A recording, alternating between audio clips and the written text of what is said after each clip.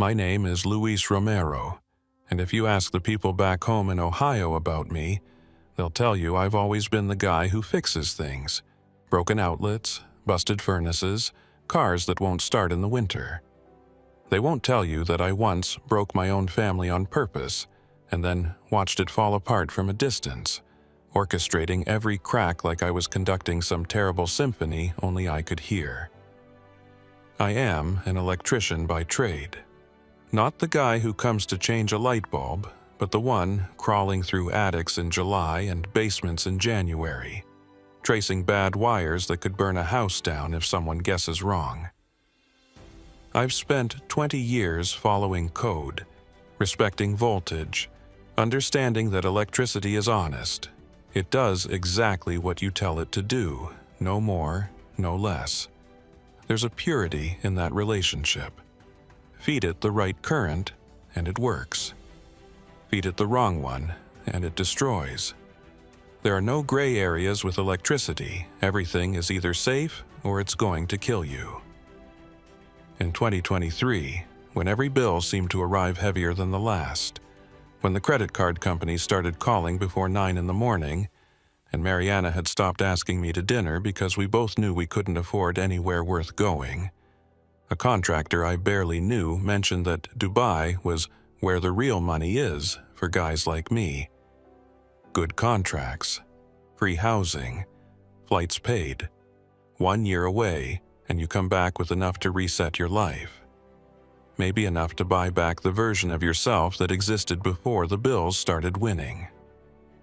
Mariana, my wife, sat at the little kitchen table while I read the offer on my phone. Our daughter, Sofia, was at the other end coloring unicorns on a grocery receipt because we couldn't afford fresh sketchbooks that month. Her tongue was poking out in concentration, the way it always did when she was trying to stay inside the lines. It sounded less like a job and more like a lifeline, like someone had thrown a rope down into a hole we'd been falling into for years. Just 1 year, I told Mariana, and I meant it when I said it. I was good at meaning things before they turned into lies. I go, I work, I send everything back. I said it like a promise, the way men do when they're trying to convince themselves before they convince anyone else. She stared at the numbers on the screen, watching them multiply into something that looked like hope. Then she looked at the tired lines under my eyes, the ones that had been accumulating like sediment, and finally nodded. She kissed my hand instead of my cheek, like I was already halfway gone. Maybe she knew something I didn't. Dubai was noise and heat and glass, the kind of place that looks like someone tried to build the future out of mirrors and money, a city built by people who didn't believe in shadows. I worked in high-rise shells where the walls were still concrete and the windows were just holes in the sky, waiting to be fitted with panels of transparent sky. 12-hour shifts wiring panels and junction boxes, threading cable through spaces no human should have to fit through, labeling breaker boxes that would carry power to buildings where rich people would sleep and shower and argue with their spouses in perfectly climate-controlled rooms. The work was relentless and numbing in equal measure. My hands developed calluses on top of calluses. There was a moment, around month 3, when I realized I couldn't remember what Mariana's laugh sounded like in real time, only in video, compressed and tinny through a screen. It wasn't a sad moment, it was a practical one. You adapt, you survive. You become a thing that works according to specifications. Company housing was shared with other men like me, fathers, husbands, desperate guys who'd calculated their own value in dollars and found themselves expendable. Most of them were expats from somewhere else, men who spoke more with sighs than with words. We'd nod at each other in the hallways, sometimes sharing tea in the common area, but there was an unspoken rule. We didn't ask about home too much. Asking meant remembering.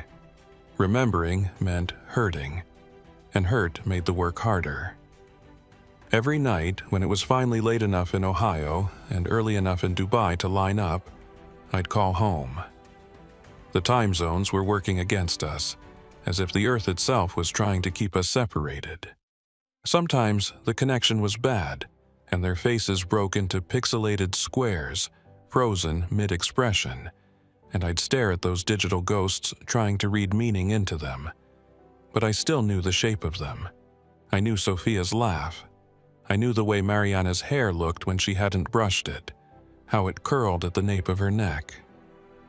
I knew these things the way you know a room you've lived in, not by looking, but by habit.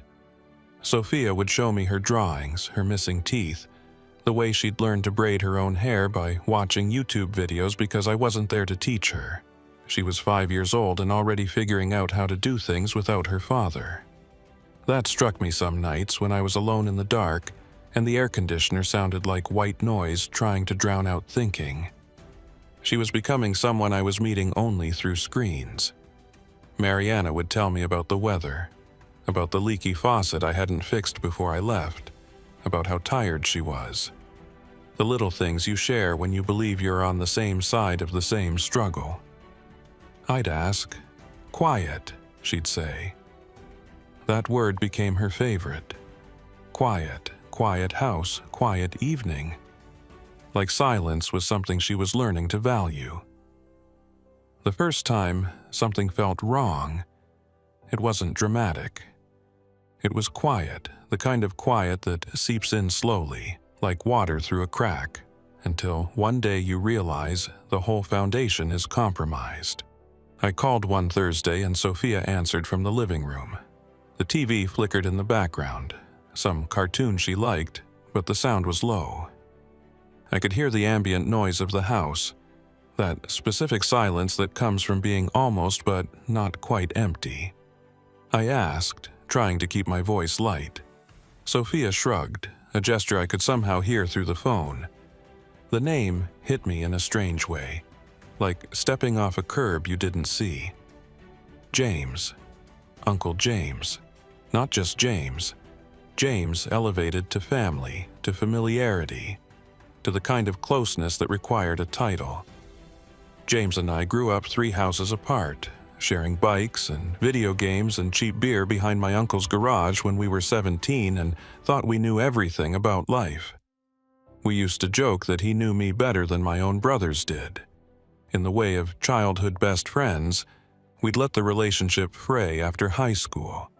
He'd moved around, I'd met Mariana, life had happened, but the kind of people you grow up with never fully leave your life. They become part of the infrastructure. They know things about you that you don't even remember sharing. I tried to keep my voice light. "Oh yeah? To get ice cream, I think," Sofia said. The phone felt heavy in my hand, that phrasing. They go a lot now. Wasn't unusual coming from a 5-year-old, but something in it lodged under my skin like a splinter. Not dangerous yet, just present. After that call, I noticed the patterns. Calls that went unanswered. Messages left on read for hours. Weekends where Mariana said she was too tired to talk, but I could hear music and voices in the background, like she was in another world where I didn't exist. When I asked about James directly, she told me he was just helping out with rides and fixing little things around the house. He'd been useful. That was the word she chose, unconsciously, useful.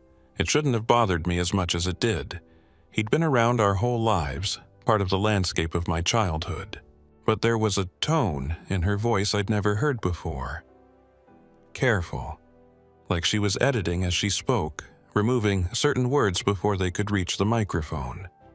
The tone of someone who was keeping secrets, or becoming someone who kept secrets. Doubt is an electrician's poison. On a job, you trust the diagram or you don't. You test the wire or you don't. Hesitation kills you. I've seen a man freeze with an open circuit in his hand, paralyzed by doubt. And that hesitation cost him 3 fingers and a permanent shake in the hand that remained. You learn early to be decisive. But with your own wife, there is no diagram. There is only what she says and what your gut whispers at 3 in the morning when the air conditioner hums like static in your ears and you're alone in a room in a foreign country trying to convince yourself you're being paranoid. The guys in my room talked about their families back home like they were distant planets, visible but unreachable. One Sri Lankan man named Prakash showed me photos of his son's birthday cake he hadn't tasted, described the flavor his wife had mentioned over the phone, chocolate with mango filling, like he was trying to commit it to memory for a future he might never get to. A Filipino foreman named Roberto replayed the same 30-second clip of his toddler running in circles at least 50 times a day, the video quality degrading with each replay until the child was almost abstract, just movement and joy compressed into digital ghosts. Everyone carried some small ache. When I mentioned that my wife was spending a lot of time with my childhood friend, there were nods that said more than words. Knowing nods. The nods of men who had been replaced by proximity and proximity alone. Prakash asked, not unkindly. "Good looking," I said, because it was true. James had always been the kind of guy people noticed. "That's the problem," Roberto said. He didn't look up from his phone, from whatever video he was watching for the 51st time. The bad ones, they're easy to catch. No one told me I was paranoid. No one told me I was wrong to worry. And that was somehow worse than if they had. I did what modern husbands do when trust starts cracking. I watched. I paid for a cheap app that flagged unknown numbers and saved screenshots of her social media when a new man liked too many photos in a row. I created a fake profile with a stock photo of a pretty woman and sent James a message just to see how he'd respond. He didn't. That meant something. I told myself I was being thorough. I told myself I was being smart. The better lie was that I was protecting my family, when really I was feeding an addiction to certainty, to control, to knowing exactly where everyone stood. I told myself I was being ridiculous, that when I got home, I'd feel stupid for ever doubting her. That lie kept me working overtime without complaint, kept me wiring that extra panel, staying an extra hour, sending an extra $100 home. The lie was a fuel. As long as I was fueling it with work and distance and suspicion, I didn't have to admit what I was really afraid of, that I had chosen to be absent, and in that absence something had grown. My contract ended 1 year and 3 days after I boarded that first flight out of Ohio. 368 days. I'd counted each one. The paperwork was processed, the flights booked, the money wired. I came back with 2 suitcases, a slightly crooked back from lifting too many spools of cable, and a bank account that looked healthier than it ever had.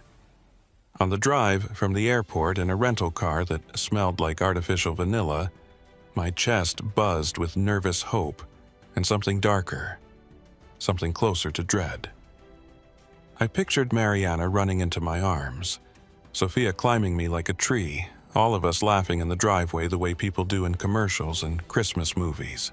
I pictured myself as the hero of this story, the man who went away and sacrificed and came back to a grateful family. That version of me was waiting somewhere up the road. Reality was colder. I pulled into the driveway at 4 in the afternoon on a Tuesday. The house looked smaller than I remembered, the lawn overgrown in patches, the mailbox listing slightly to the left. Through the front window, I could see movement. A figure passed by, then another. Mariana answered the door, and she hugged me, but her body stayed stiff like she was hugging a distant relative she didn't know very well.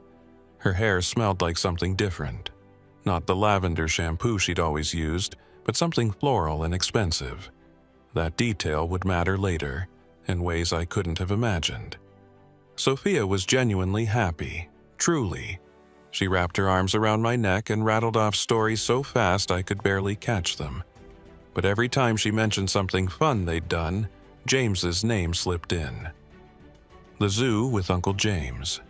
Movies with Uncle James. She said his name the way kids do when they're establishing that someone is important, that someone has mattered in your absence. The first night home, we made love, and it felt like I was with a stranger. Not because it was bad, but because it was efficient. Like she was checking a box. Like we were two people fulfilling an obligation to a relationship that had become mostly administrative. Afterward, she turned to face the wall, and I lay there in the dark, my body jet-lagged and confused, wondering if I'd brought the distance home with me, or if she'd learned to live in it while I was gone. At first, I tried to blame the distance. A year changes people. She had done everything alone while I chased paychecks under foreign sun, managed the house, raised our daughter, paid the bills with money that came in electric transfers from across the world. Maybe she was just used to not needing me. Maybe I had made myself unnecessary and now I had to earn back the space I'd occupied. That was a better story than the alternative. But the signs multiplied like cells dividing. She slept with her phone under her pillow. She laughed at texts she wouldn't show me, turning the screen away with a casual movement that was anything but casual. She snapped at Sofia for little things, for leaving her toy on the stairs, for not finishing her vegetables, and then overcompensated with gifts, buying her expensive things and expensive time, like she was trying to purchase forgiveness for something Sofia didn't even know to be angry about. Sometimes, when she thought I wasn't looking, she stared at her reflection in the microwave like she was checking if she was still the woman someone else saw. I'd watch her touch her hair, her neck, turn slightly to examine her profile. There was an audience in her mind. There was someone else seeing her. That much was clear. One afternoon, she left her phone on the kitchen counter while she went to the bathroom. Sofia was upstairs watching cartoons. The house held that specific silence of a moment you can do something with. The phone lit up 3 times in 60 seconds. Different male names, different numbers. My heart hammered so loud I thought Sofia would hear it from upstairs, the rhythm of it like Morse code spelling out the word she'd kept hidden. David. A photo I didn't click on, but the thumbnail showed a bottle of wine. I didn't touch the phone. Not then. My hands were shaking in a way that made holding anything dangerous. Instead, something shifted inside me, deep and fundamental, like a circuit breaker flipping. The version of me that spent a year triple-checking live circuits, testing for danger, ensuring nothing would catch fire, that version woke up and took over. It was almost a relief, actually, to feel the suspicion crystallize into something solid. Suspicion is exhausting. Certainty is clean. I stood in my own kitchen, in the house I'd spent a year paying for, looking at this evidence of my wife's infidelity served up on a smartphone screen, and I felt something like calm settle over me. Clarity. Purpose. The same feeling I got when I understood exactly what was wrong with the circuit and exactly how to fix it. She came back from the bathroom and moved past me to pick up the phone. Her eyes did a quick scan, checking if I'd looked, if I'd touched. I was already gone in my head by then, making plans, making calculations, wondering how you poison a relationship you were supposed to be rebuilding. An electrician learns early how to hide things in plain sight. Wires run behind walls where no one sees them. Power is fed through channels that are invisible until something goes wrong.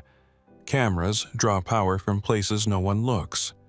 When I told Mariana I'd picked up extra work with a local contractor, which wasn't entirely a lie, some of that overtime was spent elsewhere. I found the shop online, palm-sized camera, disguised as a smoke detector. They sell thousands of them. Husbands, employers, paranoid people of every variety. I paid cash. The guy behind the counter didn't ask questions. This is America. We're all watching each other. It's not illegal if no one catches you. I bought the hotel room the same way. Cash, an ID from a contractor I used to work with whose name was just common enough to slide past a bored clerk who was more interested in the football game playing on his phone than in my face. Columbus isn't a small town, but it's small enough that you can get away with small crimes if you're careful. The room was on the second floor. I'd checked it out 3 times before I installed the camera. Electricians know where power lines run above drop ceilings. We know how to reach them without leaving a mark, how to splice connections that won't show up in the maintenance logs. When I ran the line for the camera, I did it through the bathroom ceiling, behind the vent cover. When I left, there was nothing to see. Just another hotel room that smelled like bleach and old air conditioning and the desperate hopes of people making bad decisions. She told me she was going to help a friend pick out furniture that Saturday. I already knew the room number, I already knew the time. I already had the camera positioned, the feed running to a secure server I'd set up using a service that operates in countries with very few extradition treaties. I waited in the hotel parking lot, engine off, windows cracked just enough to hear if anyone walked by. When she pulled in, James was behind the wheel of a car I'd never seen before. A rental, something that said he was trying to hide the fact that they were together. He was laughing about something she'd said. One hand rested on her lower back as they walked into the building, and that casual touch, that assumption of belonging, burned something in my chest. I didn't watch the feed in real time. I'm not that much of a masochist. That's something I need to be clear about. I'm not a monster who sits in a car getting off on his wife's betrayal. I'm something worse. I'm methodical. I let the camera do its work and went down the road to a different lot where no one would remember my face. A Wendy's parking lot. A place where men wait alone without raising suspicion. An hour later, the footage uploaded to the secure drive. I took a deep breath, opened it, and watched just enough to know the truth was complete. The angle was perfect. The camera had caught everything. Her face, his hands, her wedding ring on the nightstand, sitting right there like a prop in a play about infidelity. The way she laughed, the way she said his name. It was all there, all of it. Crystallized and saved and absolutely, completely permanent. Blackmail, strictly speaking, is a crime. In some states, even threatening to expose an affair in exchange for money can land you in a courtroom faster than the cheaters ever will. I know this because I looked it up. I read through legal documents and Reddit threads and the confessions of other people who had done what I was about to do. There's a whole subculture of people trying to justify the unjustifiable, arguing about whether getting even is justice or just another form of cruelty. What I did sits somewhere on a line that most people only debate in whispers. How far is too far when you've already lost everything that mattered? How much pain is justified as a response to betrayal? These are questions without clean answers. I sat down at my kitchen table, in the house that still wasn't paid off, with the password to a secure server containing the video evidence of my wife's adultery, and I made a choice that would echo through everything that came after. It's important you understand, I knew what I was doing. I wasn't operating from passion or hurt clouding my judgment. I was cold, I was methodical, I was an electrician diagnosing a problem and planning a solution. I used a prepaid number, registered to no one, a phone I'd bought at a convenience store and paid cash for. A generic messaging app that could be traced if you had resources but would be invisible to anyone just scrolling through a normal phone bill. He replied with question marks, then curses, then a demand to know who I was. I could picture him in his car, pulled over to the side of some street, his hands shaking as he typed. I could imagine his mind running through possibilities. Was it a friend? A family member? Someone he'd wronged elsewhere? The panic was probably overwhelming. I typed, "Pay to keep it quiet." I knew about the fiancé because I'd done my research.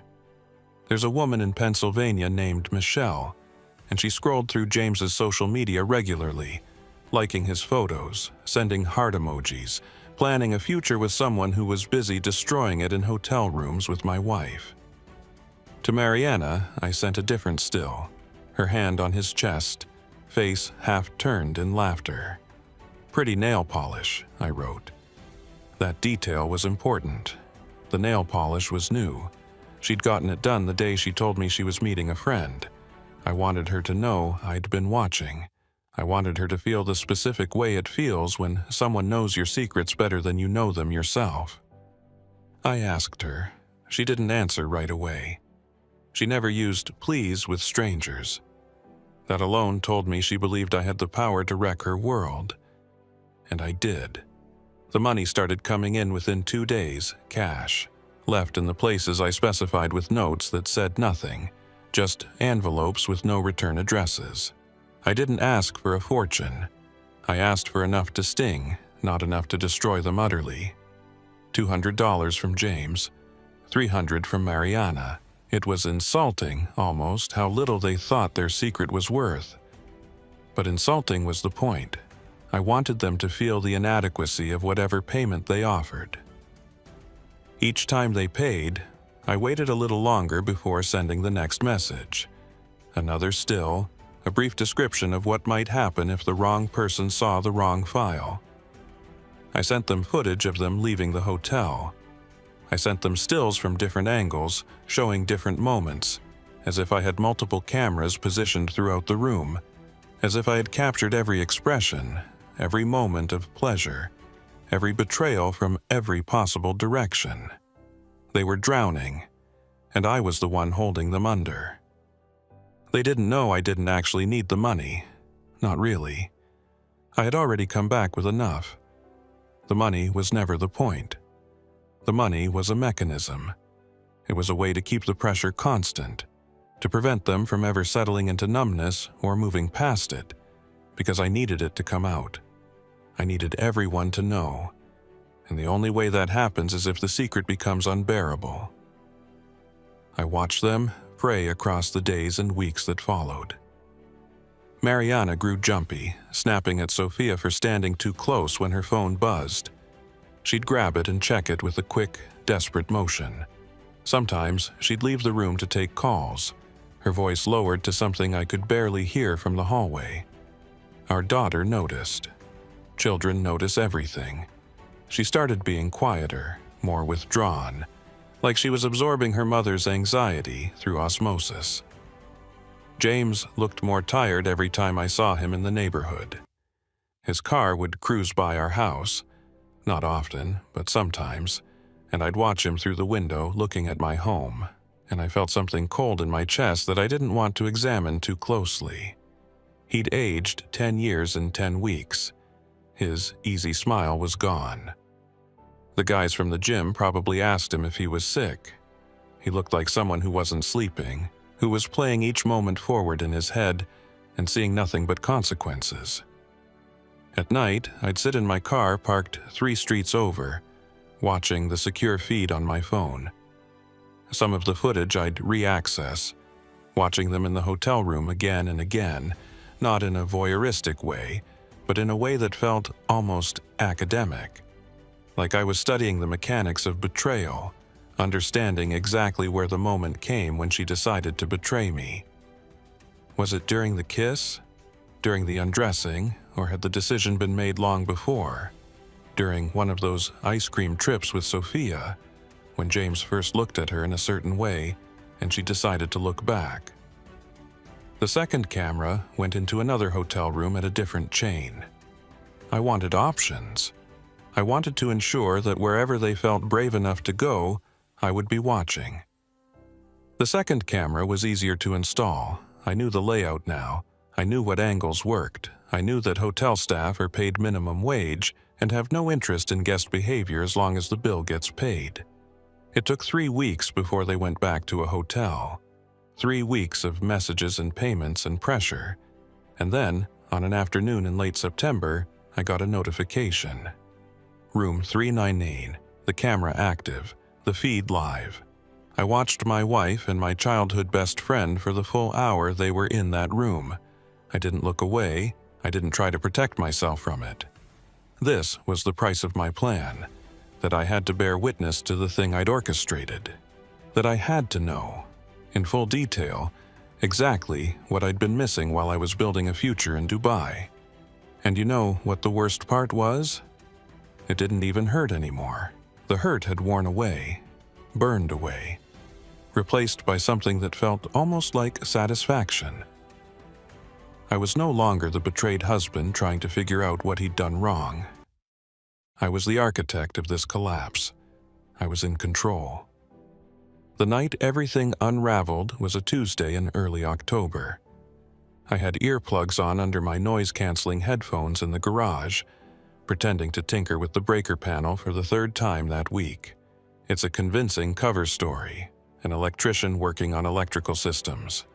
No one questions it. Sofia was in her room, lost in some animated world, the screen light flickering across her face. The language had changed over the weeks. Errand, quick trip, nothing suggesting where she was actually going. I checked the app. Room 217 wasn't booked, but 319 was. Same hotel, different floor, different bed, though I don't know if that mattered anymore. She was running out of places to hide, and they both knew it. I didn't need to watch this time. I had already placed the second camera in that room the week before, wired into the same hidden channel as the first. The technology was redundant now, like I was building systems beyond what was necessary. Maybe that was the point. Maybe I was laying insurance. Maybe I was building something that would ensure the collapse was complete and permanent. 40 minutes after the hotel check-in time, I sent James the full video. No blur, no edits. Start to finish.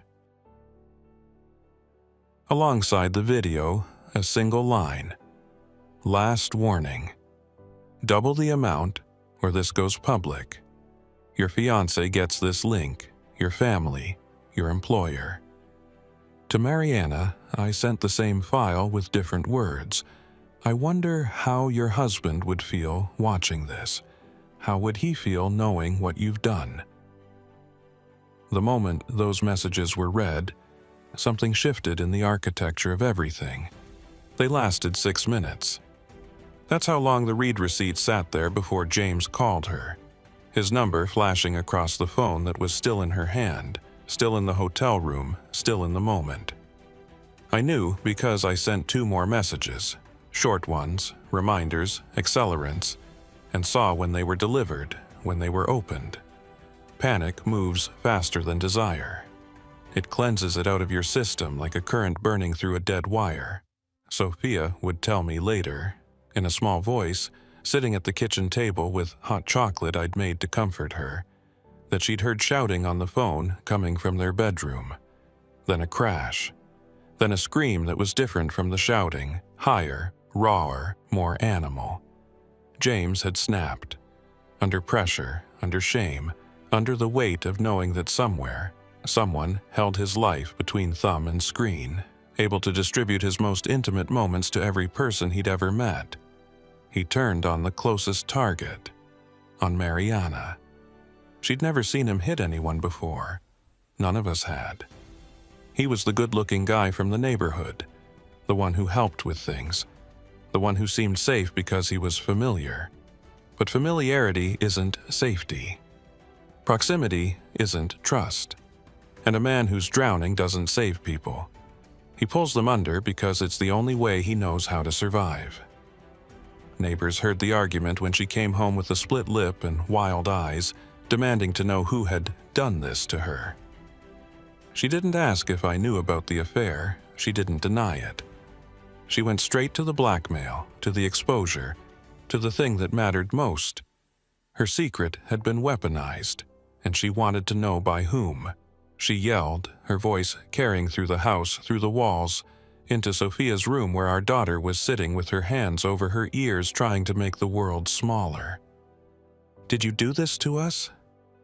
I was in the living room when she came in, still wired to the garage with my headphones around my neck. I'd been listening to music, Pink Floyd, coincidentally, comfortably numb, and I turned it off slowly, deliberately, making her wait for an answer. "I don't know what you're talking about," I said.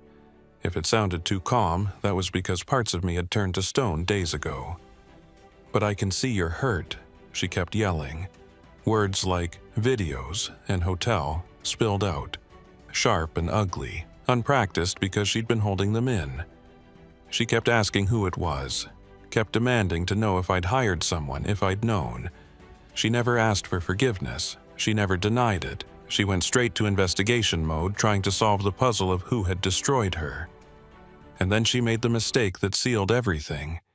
She said James's name, out loud, in front of the window that the neighbor 2 houses down sits next to every evening, the same neighbor who is always watching, always listening, always happy to have something to talk about. "James did this to me," she said, still loud, still angry. "James beat me. James—" She didn't finish. Her voice broke. Blood from her split lip ran down her chin.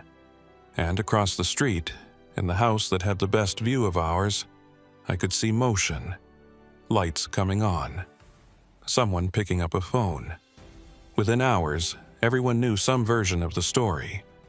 Mariana cheating, James involved. Someone with footage, squeezing them for money. The blackmail details spread faster than the affair ever did. People love mysteries, but they love scandals more. They love understanding why things fell apart. The police came, asking questions. I cooperated fully. I answered everything. When they asked if I knew anything about hidden cameras in a hotel, I looked genuinely shocked. When they asked about the blackmail payments, I suggested they talk to James and Mariana, that I didn't know anything about their personal troubles. I was the wronged husband, the man who'd worked a year overseas for his family. I had no reason to do anything like that. They didn't find the second camera. I'd already removed it. Divorce, in Ohio, doesn't require a smoking gun video of your wife in a hotel bed with your childhood friend, but it doesn't hurt either. Adultery is still grounds you can list, a word you can print on paper that makes everything feel both too formal and not nearly enough. The legal machinery ground to life slowly, and I moved through it with the same methodical precision I'd used for everything else. I filed within the month. Custody, too. When the judge asked why I wanted primary custody of Sofia, I didn't mention the cameras or the money drops. I talked instead about stability, about the year I'd worked overseas so she could have a solid home, about the chaos that had followed. I talked about how a child needed consistency, safety, a parent who was present. I talked about how I'd been proven right by events. The judge seemed sympathetic. Maybe he'd been through something similar. Maybe he just saw a man who'd done the right thing, worked the right way, and been betrayed. Mariana's lawyer tried to argue about her side of things, tried to explain about loneliness and absence and how people change when they're left alone. But the narrative had already been written. I was the one who'd left to provide. She was the one who'd betrayed that provision. She cried in the courtroom. She tried to explain that she had been lonely, that James had taken advantage, that the blackmailer had terrorized her into making decisions she wouldn't normally make. Some of that may even be true from where she stands. I won't pretend this story is unbiased. It's mine, told from my side, told by the person who was right all along, which is the most dangerous perspective of all. "I'm sorry," she said, looking at me.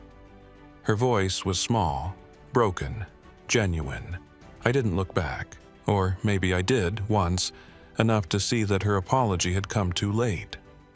It had come after the cameras. It had come after the blackmail. It had come after everything had been wired to explode. An apology is just words if there's no action behind it, and the only action she'd taken had been to run toward someone else. The divorce was final in 6 months. We live in a small rental now, just Sofia and me. 2 bedrooms, 1.5 baths, a yard big enough for a cheap inflatable pool in the summer that she loves more than seems possible. The place isn't fancy. The wiring is old, aluminum instead of copper in some places, which technically violates code, and I keep meaning to rewire it but haven't gotten around to it. Maybe I'm tired of electricity. Maybe I'm tired of systems and circuits and understanding exactly how things break. That's the kind of thing a parent does. Makes the ordinary magical for a child because the world will have plenty of time to make it hard. I go to work, real work, pulling cable through joists and labeling breaker boxes, fixing other people's shorts and overloads while ignoring the one that hums quietly in my own chest. Sofia is thriving, in the way children do when they're given consistency and love. She's in 2nd grade now. She has a friend named Maya who comes over sometimes. They make elaborate sculptures out of blankets and pillows. She draws less and laughs more. When she talks about her mother, there's confusion sometimes. A child's confusion at understanding that parents can be complicated. But there's no bitterness. I've made sure of that. I've never spoken ill of Mariana in front of Sofia. I've never explained the cameras or the blackmail or the reason her mother and I will never be in a room together again. Sofia deserves to love both her parents without guilt. Even if one of them is a woman who betrayed me. Even if the other is a man who orchestrated her downfall to expose it. Sometimes, when Sofia is asleep and the house is humming with the low, steady noise of a healthy electrical system, I sit at the kitchen table and think about that year in Dubai. I think about the moment I decided to buy the camera. I think about every time I sent a message, every payment I collected, every screenshot I saved. I think about whether any of it was necessary or if I could have just left, found someone better, given up on a marriage that was already over. There are late-night forums full of people arguing about revenge, about getting even, about whether exposing a cheater is justice or cruelty. Some of the threads are by people who've done what I did. Some are by people who are thinking about doing it. The comments are always divided. Some people say the cheater deserved what they got. Others say revenge is a poison you drink and expect someone else to die from. I've never posted. I don't think I deserve absolution, even anonymous absolution. But I've read enough to know that I'm not alone. That there are other men and women out there who've weaponized secrets, who've used shame as a tool, who've decided that making someone else as broken as they are is the only way to fix what's broken. The money is still in the shoebox, untouched, in the back of my closet. Somewhere around $5,000, the result of months of pressure and blackmail and the slow, careful destruction of 2 people. I've thought about donating it, burning it, throwing it in the river. But it sits there, a physical reminder of what I'm capable of. What I chose to do, and why. Here's the truth. Stripped of all the technicalities and wires and codes, laid bare like a live wire you're not supposed to touch. I knew she was cheating before anyone else did. I needed everyone else to know too. I needed the story to stop living only in my head, where it could be dismissed as insecurity or paranoia or the jealousy of a man who'd been away too long. So I wired a confession she would never willingly make and charged her and her lover for the privilege of keeping it quiet just long enough for their own panic to drag it into the open. Only now, months later, with the paperwork stamped and Sofia's drawings taped to the fridge in a different kitchen, with James somewhere out of state trying to rebuild his reputation, and Mariana in an apartment across town paying child support and living with what she's done, do I admit the last part out loud? To you, to myself, to the permanent record. It was me. I placed the cameras in those hotel rooms. I sent the videos. I took the cash and left it sitting in a shoebox in the back of my closet, untouched, because it was never about the money. It was about pressure. About making their secret so heavy that it crushed them into confessing. It was about proving, in the coldest way possible, that the man who spends his life running wires through other people's walls can also pull strings they never see until everything lights up and burns. I did what I did because I could. because I had the knowledge and the access and the moral justification that she'd wronged me first, that she deserved it, that I was simply speeding up an inevitable conclusion. And maybe all of that is true. Maybe she did deserve it. But here's what I've learned. In the quiet nights with my daughter sleeping upstairs and the hum of electricity running through the walls like the world's oldest lullaby, just because you can do something doesn't mean the person you become as a result is someone worth becoming. Just because you're right doesn't mean you're good. Just because you're justified doesn't mean you're not also guilty of something that will sit in a shoebox in your closet for the rest of your life. A weight you'll carry every time you tuck your daughter in at night. I am an electrician, I fix things, but I broke my family on purpose, and no amount of rewiring will ever fix that. Some systems, once damaged, don't go back to working the way they did before. Some patterns of current, once interrupted, never find their way back to normal. Sofia fell asleep tonight asking if she could visit her mother on Saturday. I said yes, I always do, because she deserves both parents, even if one of them is broken because of me and the other is broken because of what he did to her. That's the real circuit, the one that runs deeper than any wire I've ever installed. The circuit of cause and effect, action and consequence, revenge, and the slow, grinding realization that you've punished everyone, including yourself, and there's no circuit breaker that can interrupt what you've already done. It was me.